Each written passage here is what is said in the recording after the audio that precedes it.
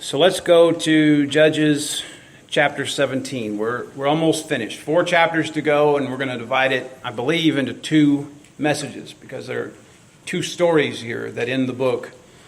They're a little bit different than everything else we've studied. So far, the pattern has been Israel's cycles, where God gave them peace, and then they got a little comfortable with that and started to live however they wanted to live. They forgot the covenant, worshipped other gods, and so God would send them into some kind of captivity, or not really captivity.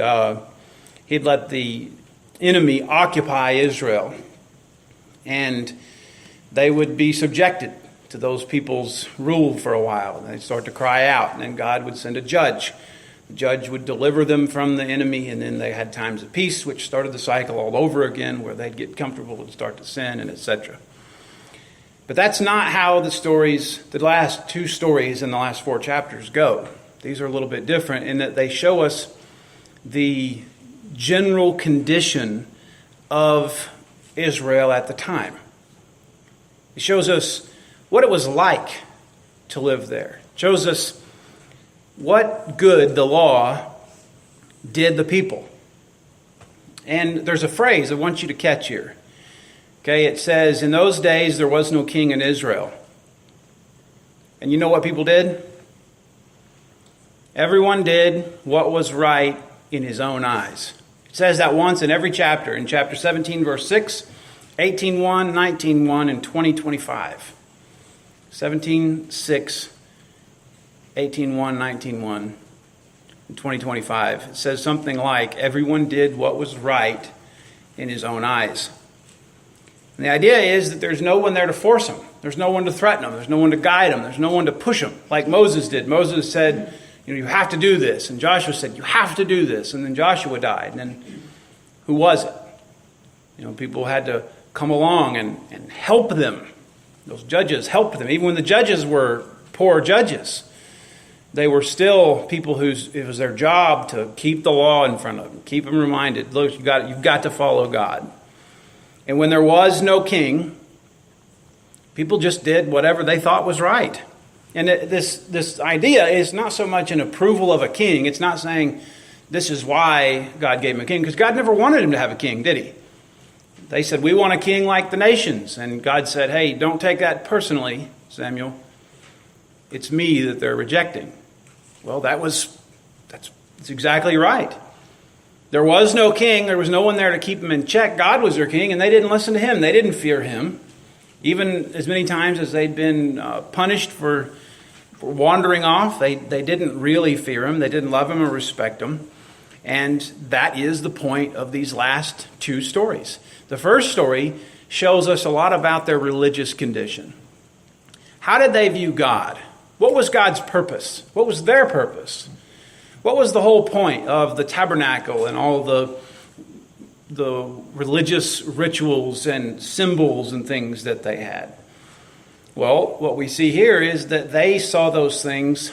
They believed in Yahweh. You have to be careful about that. When they worship other gods, they typically still believed in Yahweh. They still served him. They just incorporated him. They had, we believe in the Canaanite gods, and we believe in the Philistine gods, and we believe in the Yahweh, live in all of them. And here what they've done is they've incorporated him. He's part of their worship, and I guess you could say he's their main god. But he existed for them. The whole thing was about them. He existed for their purposes. And they thought they could use him to get the things that they wanted. Then in the next story, chapters 19 and 20, next week, we read about their social condition. And it's not just a study of their social condition. It's something that really shows us, those stories in chapter 19 and in 20 are so reprehensible. They're so violent and disgusting. I really don't even want to read it in church, I don't want to read it out loud. The things that happen there are terrible. And the point is that it's Israelites doing it to Israelites. These are people who God called out of Egypt. And you would think if God called you out of Egypt and he led you all the way, showing you all these miracles, and he gave you this law, and he laid it all down right there for you, you would be able to at least do some of it. And they could not even do something as simple as love their brothers. They can't do something as simple as just let people be. Really, they were at least as bad, if not worse, than the people who lived around them. So that's what I want you to see. What are these last couple chapters? 17 and 18, 19 and 20. What do they teach us about Israel? And more importantly, what does that teach us about Christ and God and the gospel? What does it teach us in the new covenant? So let's start with the first story, Judges chapter 17, verse 1. There was a man of the hill country of Ephraim. Now, we just read that Samson died. But this probably happened not after his death. It could have been any time before, really. So it's just a story that happened. There was a man of the hill country of Ephraim whose name was Micah. And he said to his mother, the 1,100 pieces of silver that were taken from you, about which you uttered a curse, and you also spoke it in my ears, behold, the silver is with me. I took it. And his mother said, blessed be my son by the Lord, by Yahweh. And he restored the 1,100 pieces of silver to his mother. And his mother said, I dedicate the silver to the Lord from my hand for my son, to make a carved image and a metal image. Now, therefore, I will restore it to you. So when he restored the money to his mother took 200 pieces of silver and gave it to the silversmith, who made it into a carved image and a metal image, and it was in the house of Micah. So we just sort of jump into the story here without much context. You start out knowing about this woman who had some money stolen. Somebody stole 1,100 pieces of silver. And her response to that, she didn't know who did it. She couldn't find out who did it. So instead, what she did was uttered a curse. And when it says that, in other words, it's, may something bad happen to whoever did this. Kind of like cross my heart and hope to die, 1,000 needles in my eye, right? That's a curse. If I'm lying, then may that bad stuff happen to me. Well, that's what his mother did, was whoever took this, may whatever happen to him. And Micah was superstitious, as was his mother, and so were the people around him. They believed in voodoo and magic and stuff like that. And so when he heard this curse, it kind of bothered him. He was thinking, I don't want whatever it was that she said to happen to me. So he confesses and returns the money. Hey, it was me, but here it is back. No harm. It's all here. And she's so pleased by it that she says the magic words to undo the curse, which is, blessed be my son. Blessed be my son. So, you know what? I'm not going to curse you. Since you brought it back, we're going to give you a blessing. And then we're also going to she announces that we're going to give this money, some of it, to Yahweh. We're going to use it to make an image in his honor. Now, sounds okay, right? I mean, you want to honor your God, why not make something for him? Something to show that, hey, this is our God, this is who we worship. But wasn't there a law about making images? You shall not make any graven image. It wasn't just that one time. In case they weren't listening on that day, he said it over and over. Do not make an image. He said it about the Canaanites. When you go in there, you cut down all of their sacred things. Get rid of all those poles and the ephods and all that stuff, because there is no image. And when you think about it from a New Covenant perspective, what is the image of God? Who is the image of God? Christ is the image of God. And so whenever someone makes an image of God apart from Christ, you're making something apart from Christ is what you're doing. And so you can see why that's such an offense to God. There is only one image, one icon, one character, one logo. There is no other. And so Micah and his mother, they agree this is going to be a good idea. We're going to make something that represents our God. It shows how pious and religious we are. And like we said, everyone did what was right in his own eyes, or her own eyes in this case. And, verse 5, the man Micah had a shrine, had a house, sort of, a chapel. And he made an ephod and household gods and ordained one of his sons, who became his priest. In those days there was no king in Israel. Everyone did what was right in his own eyes. So here again we see his superstition. He was a religious man, right? And he claimed God as his God, right? But he didn't do the things that Yahweh commanded him to do. He failed to honor his mother when he stole from her. There's 2 commandments broken right there. He didn't honor his mother. He stole something that didn't belong to him. He built a shrine with household gods. He built his own place of worship instead of going to the tabernacle. There was one place that God was worshipped. We read at the end of this chapter, it was in Shiloh at the time. He ordained his own priest, a priest that wasn't even a Levite. And see, it didn't matter that Micah claimed Yahweh as his God, because really Micah was no different than the people around him who worshipped a false god. It doesn't matter if you claim to worship God, if you give him honor. He's not looking for, he says of the Israelites, they honor me with their lips, but not with their hearts. Their hearts are far from me. That's no different than if you were to worship a false god. And this is where Micah is. He was religious, but he was still unrighteous. But he sees this opportunity to improve his standing. So he's a superstitious man. And he wants to get as close as he can to God so that God will do good things for him. And so now he's built this little place for himself. And God's definitely going to be happy with me. And look, I've devoted all this money to God. And now we've built this image so that we can put it up in my little place, in my shrine. And I am more religious than all the people around me. I'm a holy person. But I can do even more. And here it is, verse 7. New character. There was a young man of Bethlehem in Judah, of the family of Judah, who was a Levite.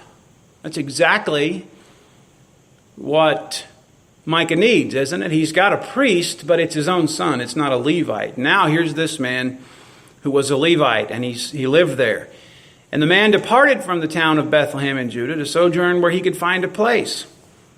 And as he journeyed, he came to the hill country of Ephraim, to the house of Micah. And Micah said to him, "Where do you come from?" And he said to him, "I am a Levite of Bethlehem in Judah, and I'm going to sojourn where I may find a place." And Micah said, "Stay with me, and be to me a father and a priest, and I'll give you 10 pieces of silver a year, and a suit of clothes, and your living, your cost of living, the things that you need."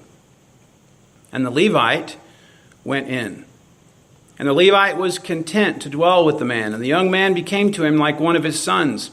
And Micah ordained the Levite, and the young man became his priest, and was in the house of Micah.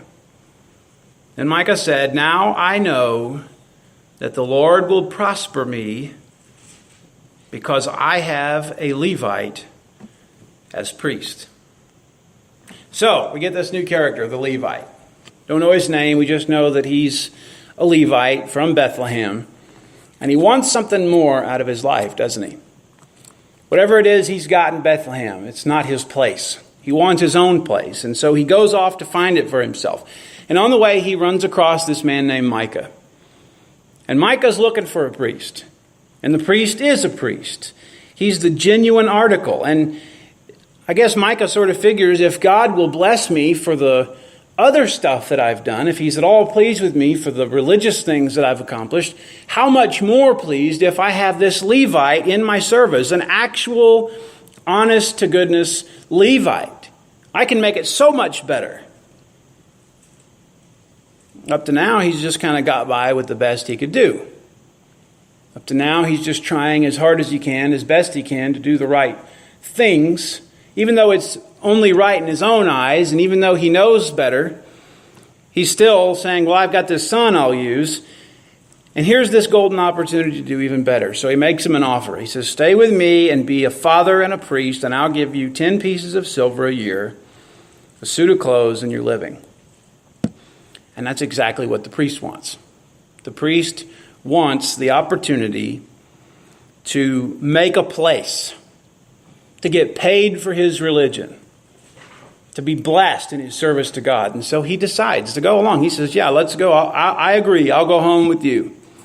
And I imagine Micah, when he gets home, and I don't know where his chapel was from his house, but I imagine him standing at the door of his little place, and he's looking at it, and he sees the building, and he sees the little idols inside, and he sees the priest standing there, and he kind of smiles to himself, and he says to himself, now I know that the Lord will prosper me.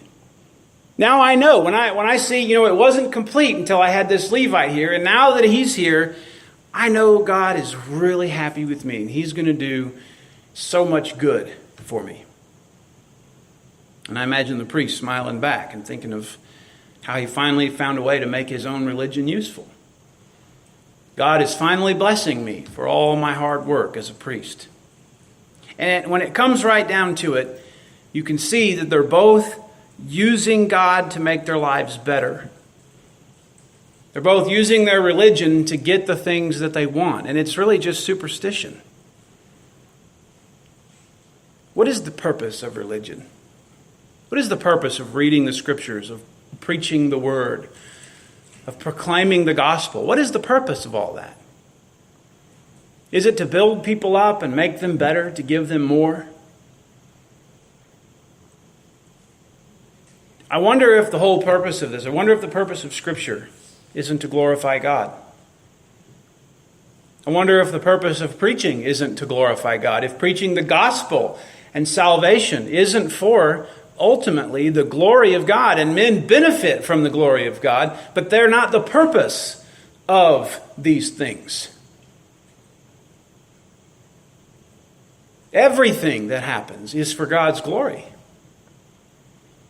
And these men, when they have their religion, it amounts to superstition and it amounts to selfishness because they're using these things to get the things that they want. And at the end of the day, it proves that they're really no better than the people who lived around them. God used them to judge the pagans who lived in the land.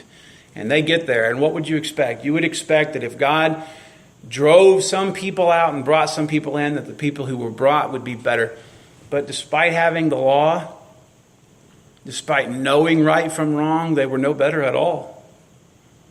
They were just as guilty and just as wicked and just as superstitious. But it wasn't just Micah and the Levite. The whole nation was that way. Go into chapter 18. Here we go. In those days, there was no king in Israel. So here's a reminder. Everyone did what was right in his own eyes. And in those days, the tribe of the people of Dan was seeking for itself an inheritance to dwell in. For until then, no inheritance among the tribes of Israel had fallen to them. So the people of Dan sent 5 able men from the whole number of their tribe to spy out the land and to explore it. And they said to them, go and explore the land. And they came to the hill country of Ephraim, to the house of Micah, and lodged there. When they were by the house of Micah, they recognized the voice of the young Levite, and they turned aside and said to him, who brought you here? What are you doing in this place? What's your business here? And he said to them, this is how Micah dealt with me. He's hired me, and I've become his priest. And they said to him, inquire of God, please, that we may know whether the journey on which we are setting out will succeed. And the priest said to them, go in peace. The journey on which you go is under the eye of the Lord. Then the 5 men departed and came to Laish and saw the people who were there, how they lived in security after the manner of the Sidonians. They were quiet and unsuspecting, lacking nothing that is in the earth and possessing wealth, and how they were far from the Sidonians and had no dealings. They had no alliances with anybody who could come and back them up. And when they came to their brothers said to them, what do you report? And they said, arise and let us go up against them, for we have seen the land, and behold, it is very good. You can't just stand here and do nothing. And will you do nothing? Don't be slow to go to enter in and possess the land. As soon as you go, you'll come to an unsuspecting people. The land is spacious, for God has given it into your hands, a place where there is no lack of anything that is in the earth. So 600 men of the tribe of Dan, armed with weapons of war, set out and went up and encamped On this account, this is all names. Go to verse 13. And they passed on from there for the hill country of Ephraim and came to the house of Micah. Then the 5 men who had gone to scout out the country said to their brothers, "Do you know that in these houses there is an ephod, household gods, a carved image, and a metal image? Now therefore consider what you will do." And they turned aside there and came to the house of the young Levite at the home of Micah and asked him about his welfare. Now the 600 men of the Danites, armed with their weapons of war, stood by the entrance of the gate. And the 5 men who had gone to scout out the land went up and entered and took the carved image, the ephod, the household gods, and the metal image, while the priest stood by the entrance of the gate with the 600 men. And when these went into Micah's house and took the carved image and ephod and household gods and image, the priest said, "What are you doing?" And they said to him, "Keep quiet. Put your hand on your mouth and come with us to be a father and a priest. Is it better for you to be a priest to the house of one man, or to be a priest to a tribe and a clan in Israel?" And the priest's heart was glad. He took the ephod, the household gods, and the carved image, and went along with the people. So they turned and departed, putting the little ones and the livestock and goods in front of them. When they had gone a distance from the home of Micah, the men who were in the houses near Micah's house were called out, and they overtook the people of Dan. And they shouted to the people of Dan, who turned around and said to Micah, "What is the matter with you that you come with such a company?" He said, "You take my gods that I made and the priest and go away, and what have I left? How do you ask me, what's the matter with you?" And the people of Dan said to him, "Do not let your voice be heard among us, lest angry fellows fall upon you and you lose your life with the lives of your household." And the people of Dan went away. And when Micah saw that they were too strong for him, he turned back and went to his home.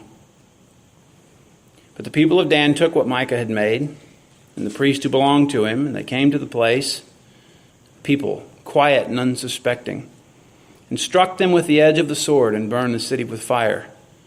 And there was no deliverer, because it was far from Sidon, and they had no dealings with anyone. It was in the valley. Then they rebuilt the city and lived in it, and they named the city Dan after their ancestor who was born in Israel. Verse 30, and the people of Dan set up the carved image for themselves. And Jonathan, the son of Gershom, son of Moses, and his sons were priests to the tribe of the Danites until the day of captivity of the land. So they set up Micah's carved image that he made, as long as the house of God was at Shiloh. So you see there, the priest and Micah aren't the exceptions to the rule. Israel is that way as a whole. The Danites are looking for a place to call home. They're wandering around looking for a place. And so they send out these 5 scouts, and those men come to Micah's house. And lo and behold, here's this priest. And apparently they know him. They recognized his voice. And so they go in and they ask him, "Hey, how'd you get here?" And he says, "Well, Micah hired me to come in here." They said, "Really?"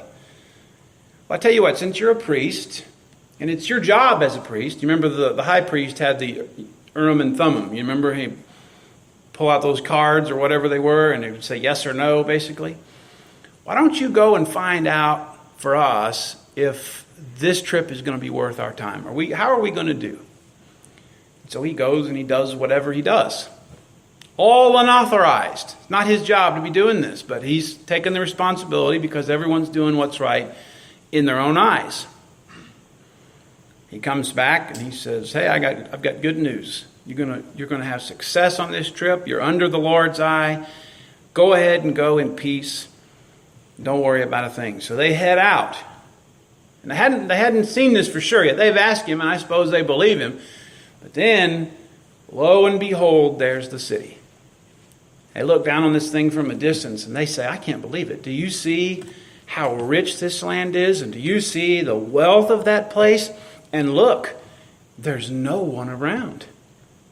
They don't have a wall. They don't have towers. They don't have an army. They don't have an alliance with anybody. They're just sitting down there. This is going to be like taking candy from a baby. We're not going to have the slightest bit of problem for this." And so they go back to their group, to where the 600 men are, and they say, "We found it. It's time for us to go down there and and take this place. And by the way, you want to know who told us about it? There was a priest. We ran across this priest, and he was able to predict the future. That might be something you want to think about. And so the leaders, they say, well, yeah, we need somebody like that to be around more often.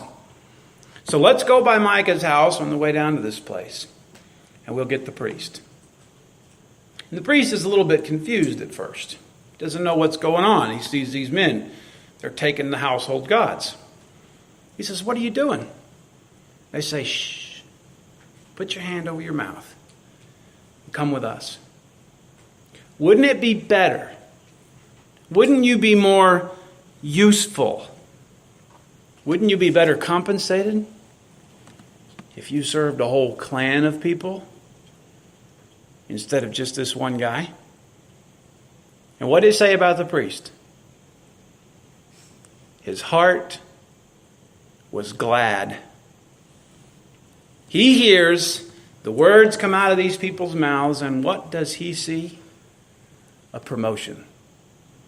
Things are going my way. He set out to find a place, and he found the place with Micah. And now he's about to climb up, not even just to the next rung of the ladder. He's about to take 10 steps up that ladder, and he's going to be way more important than he's ever been. He's going to be so much better off than he's ever been. And so he covers his mouth. He sneaks out with them. He gets ready to take the journey to the next place. Of course, Micah finds out about it, and he's not real happy, so he kind of forms this little posse, and they head after him. Well, it's 600 men armed with weapons of war. So he's 600 soldiers he's getting ready to fight. He gets there, and he starts hollering at them about, you have no right to do this. But they're in no mood to hear it, are they? And they just say, hey, why don't you be quiet, or it's going to cost you a lot more than it already has. There's nothing he can do about that. And so he goes home, and that's the end. We don't hear any more about Micah. We do hear about this group, though. They go on down to the city, and they attack it, and they conquer it easily, apparently. And how do they celebrate their victory? They set up the carved image for themselves. Here we are. We found this priest who promised us good luck. We found these items that have been useful. And so now we're not going to forget who gave us this victory. And they go and they rebuild the city, and they build themselves a place for the priest and for the idols. And they put those things in there, and they committed the same evils as the people before them. They were no different than the Gentiles around them. They did what was right in their own eyes, and they used God for their own purposes. So that's chapters 17 and 18. And I wonder, what can we learn about this for ourselves? What can we learn about the gospel through this? How does this address the new covenant or Christ or God in general? What does it tell us?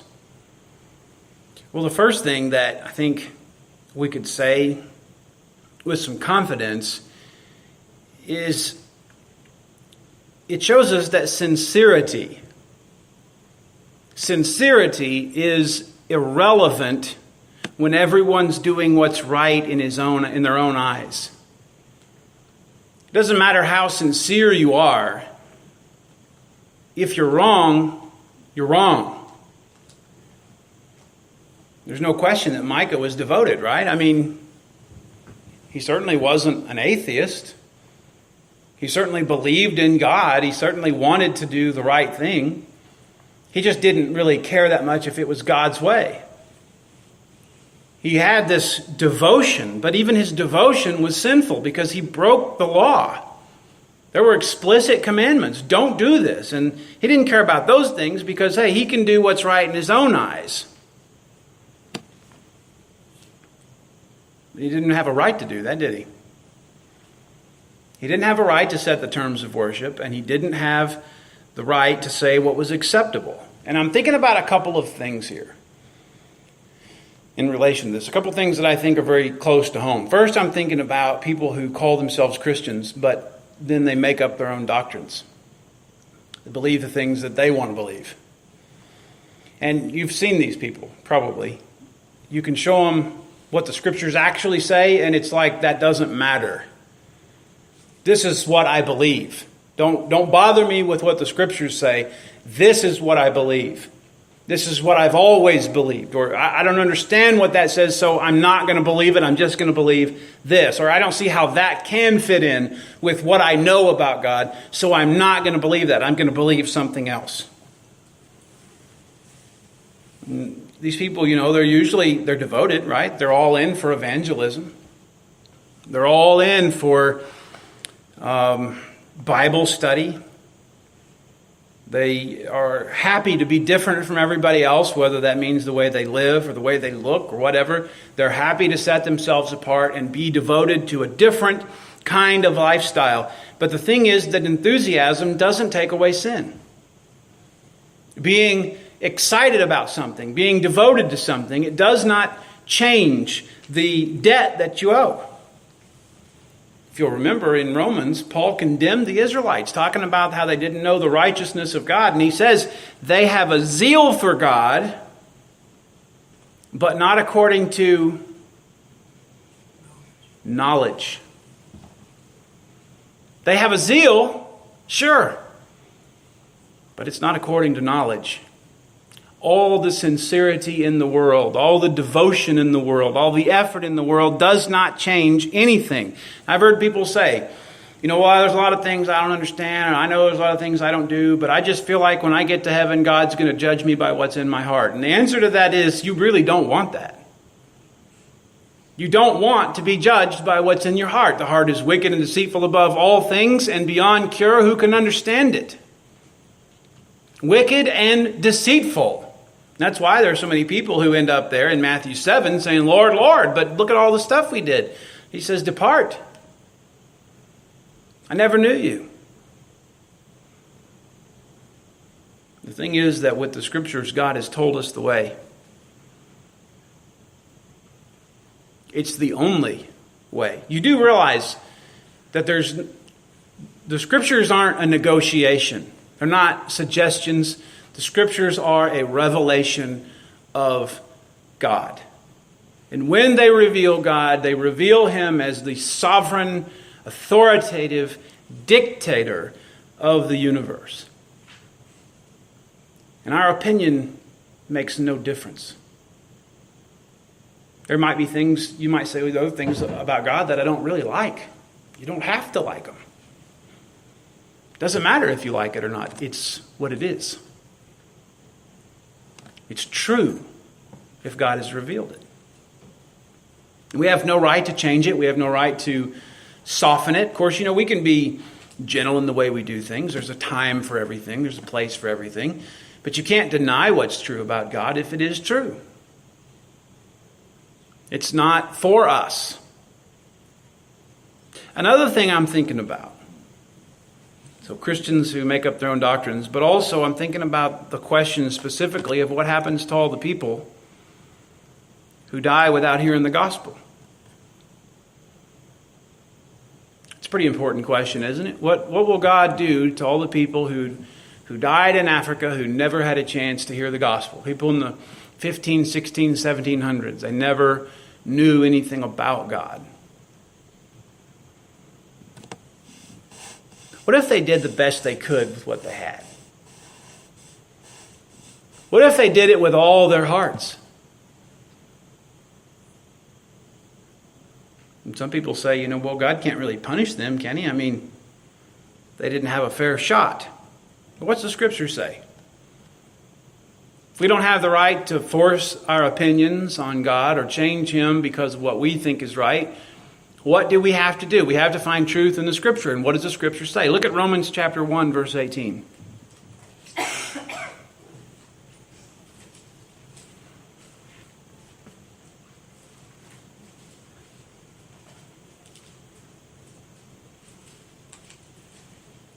The wrath of God. He's talking about Jews and Gentiles. And the Jews have the law, and that is what makes them guilty. And the Gentiles, well, they don't have the law, so should they be innocent? The wrath of God is revealed from heaven against all ungodliness and unrighteousness of men, who by their unrighteousness suppress the truth. For what can be known about God is plain to them because God has shown it to them. His invisible attributes, namely his eternal power and divine nature, have been clearly perceived ever since the creation of the world in the things that have been made. So, what's he say about them? They are without excuse. For although they knew God, they did not honor him as God or give thanks to him, but they became futile in their thinking, and their foolish hearts were darkened.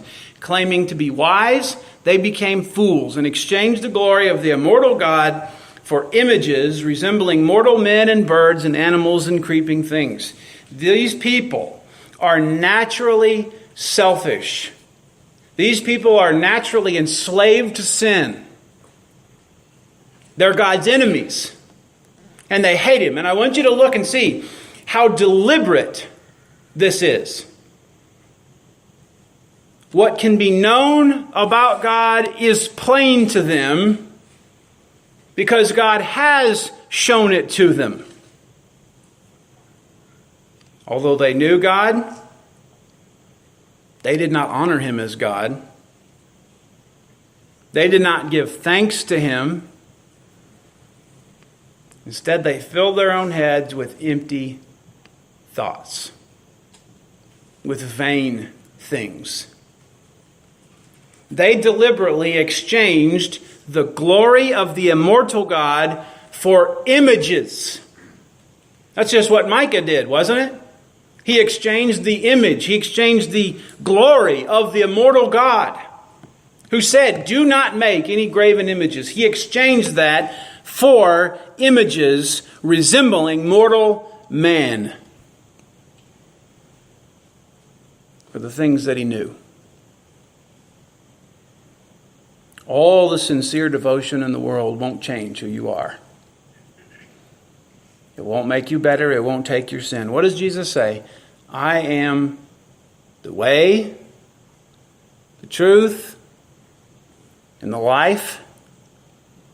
And no man comes to the Father but through me. No man. So what's the answer to the question there? I mean, if we know that we can't make up doctrine for ourselves, regardless of our sincerity, regardless of our zeal or our devotion, when someone says, well, what about the people who've never heard? What's the answer to that? Listen, Jesus is the only way. He's the only truth. He's the only life. There is no other possible way to be in heaven, to be with the Father, than through him. And the thing is that the people who want to really press that, and they say, well, I just don't believe that. Well, then if you know that these people are going to heaven because they don't know anything, why in the world would you take the gospel to them? They were doing as best as they could and getting by, and now you've messed it up when you told them about Jesus. You should have just kept that to yourself. But you have to tell them. Because he is the only way, the only truth, and the only life. There's no substitute for him. Ignorance is no substitute for Christ. Not knowing about Christ is not a substitute for knowing him. He's the only gospel we can preach. And you have to just believe that the judge of all the earth will do good. He will do what's right. The second thing, and the last thing that I want to get from this passage, is that our religion is not a means to an end. Why was Micah so excited about getting himself a Levite priest? Now I know that the Lord will prosper me. I like how the King James says it. Now I know the Lord will do me good. Now I know I'm really going to be blessed here. And that's something that we still see today, isn't it? I mean, the attitudes in this story are very prevalent today, whether it be preachers who treat their ministry like a ladder to be climbed, or like people who promise devotion for blessings. I'm going to give you as much as I can so you can give me as much as I can take. Or people who preach the gospel or receive the gospel like it's insurance, like it is the blessing. I remember how proud I was early in my ministry. I went from, I was a minister, the biggest church in Arkansas. And it was a big church, like 5,000 people. And it was the only way I'd ever really seen church done. And then I get called to this small country church. And all I knew was big church. And so when I got there, I didn't really know how to appreciate church.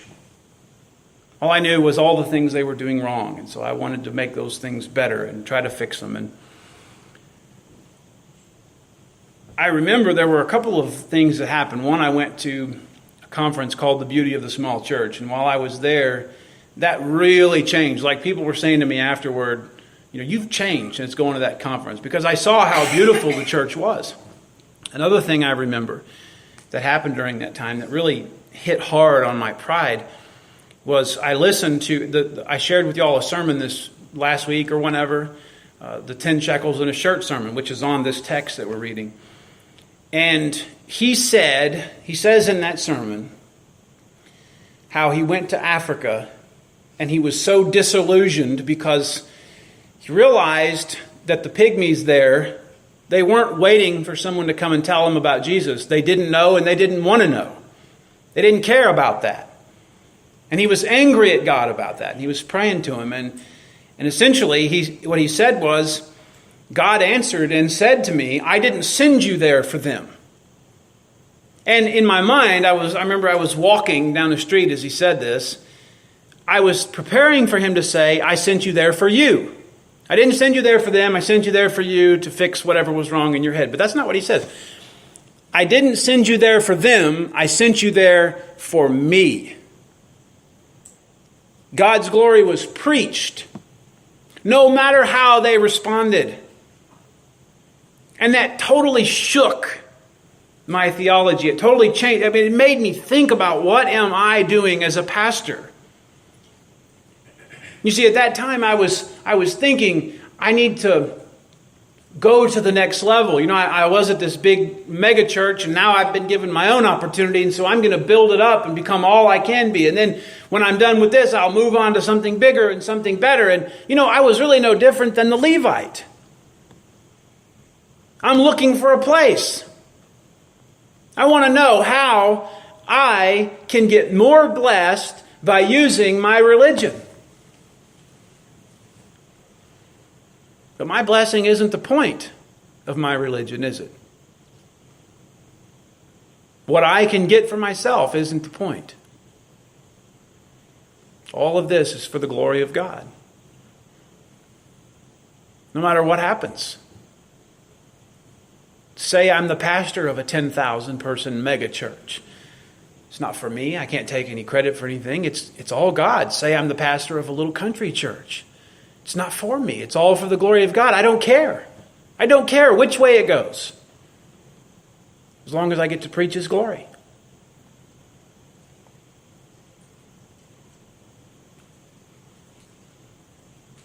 I also remember one time, I told you about preachers who climb the ladder, and then you've got people who promise devotion for blessings. I'll tell you an example. When I was very young, about 10 or 11 years old, and we were at the Garden of the Gods in Colorado.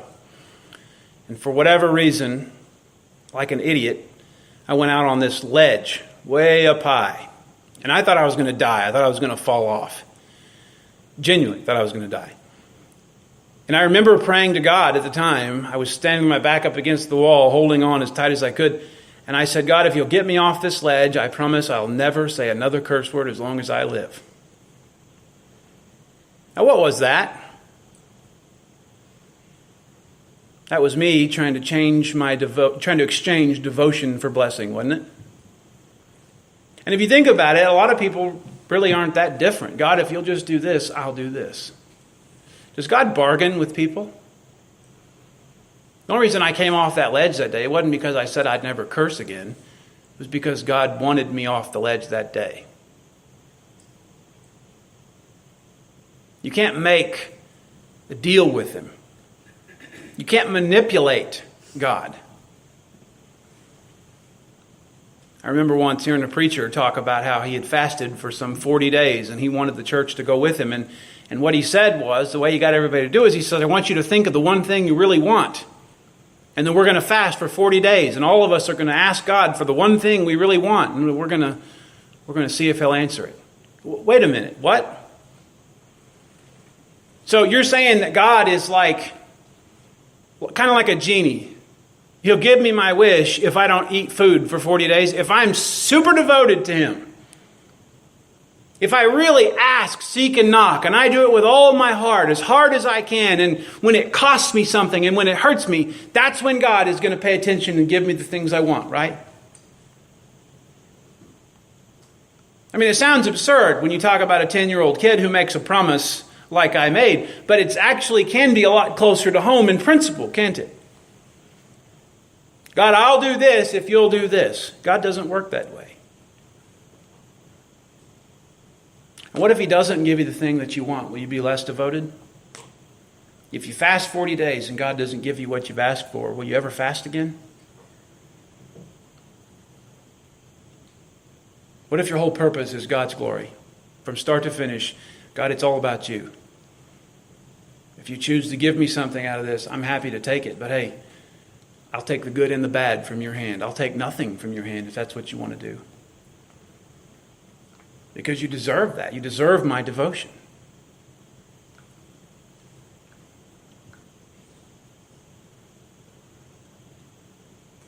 So it's for preachers, talking about preachers who try to treat the ministry like a ladder, people who promise devotion for blessings. It's also for preaching and receiving the gospel like it's some kind of fire insurance. You ever heard the gospel preached where someone might say something like, you should get saved so that you don't go to hell? Is that the reason that you get saved? Is that the whole point? How many people have come up in the front of a church and proclaimed Jesus, professed Jesus, because they were scared of what might happen to them when they die? I heard a guy preach about, he was saying, all you older men here, you need to come up and get saved for your grandchildren. You can start a good trend with them. You be saved, and then they'll be saved. Is that what the gospel is? You see, when you have that kind of a focus, when you put it on someone like that, who is at the center of attention? I picture John there, and he's looking at the throne, and all the beasts are falling down, and the elders are falling down, and everybody's saying, glory, glory, glory. Who's at the very center of that? Well, that kind of gospel, I'm at the very center of that. God has offered me this grace, and here's what I've done with it.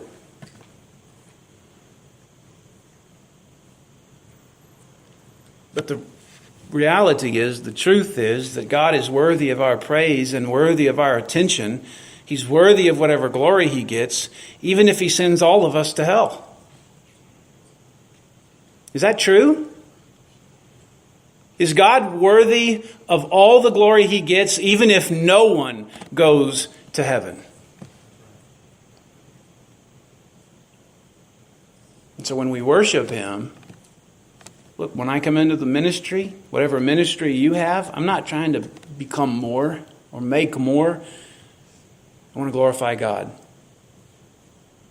When I give devotion to God, when I'm committed to him and committed to his ways, it's not because I'm trying to get something better, able to say, now I know the Lord will do me good. It's because he's worthy of my devotion. And when I preach the gospel, or if I receive the gospel, it's not because I want something for it. It's not because I feel like he owes me something for it. It's because I feel like I owe him. He is worthy to be believed.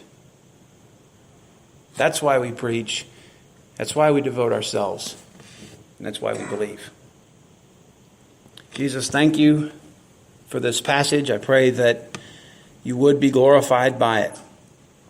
I pray that it would be helpful, because your glory is helpful to us.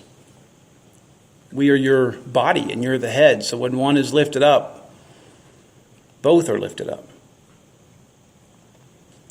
We know that we don't compare to you in any way, but you have given us, you have made us partakers of your divine nature. And so we freely glorify you, admitting that we don't deserve anything.